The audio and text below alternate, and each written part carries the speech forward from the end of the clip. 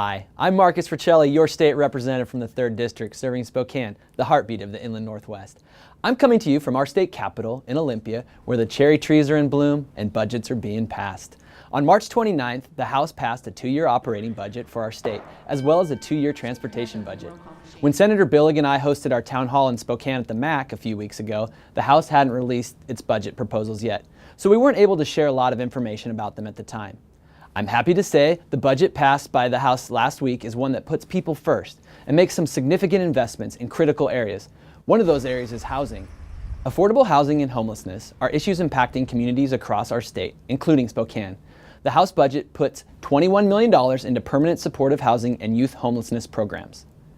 This will get some of the most vulnerable people in our communities off the street and into safe, stable housing. We also increase funding for the Housing and Essential Needs program, which helps people with disabilities who are struggling to find or maintain housing. Another area we're investing in is our special education in our K-12 schools. When the legislature satisfied the Supreme Court's order to fully fund K-12 education, there were areas where we still wanted to do more. Special education is one of those areas.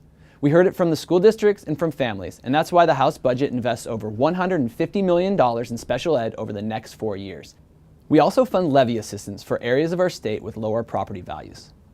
Finally, the House budget makes significant investments in ongoing efforts to fix our state's behavioral health system. One of our most important things we need to do is expand behavioral health beds and services in our communities. People who experience a behavioral health crisis should get the treatment they need right in their own communities, so they can stay near family, friends, and their support network. The House budget has $91 million for this statewide, and that's good news for Spokane and many other communities that need more community treatment beds. I was proud to vote yes on this budget and send it over to the Senate. The Senate will have their own version, and the differences between the two budgets will need to be worked out by budget negotiators in both chambers. The same goes for our transportation budget. Our transportation infrastructure, including our roads, bridges, and culverts, are funded separately from the general operating budget. This is where your state gas tax dollars and the state's portion of car tab fees go. I serve on the Transportation Committee, so I had the chance to hear the transportation budget in a public hearing before it was voted on by the full House. For Spokane, the budget has funding for things like Sprague Avenue project, including the design, right-of-way acquisition, and construction. There's also funding for a transload facility at the Spokane International Airport, which will serve BNSF railway cars via its connection to the existing Geiger Spur rail line.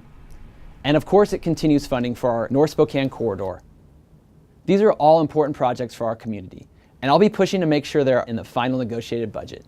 I'll keep you posted on the progress of these budgets and what the final versions include for Spokane and for our state.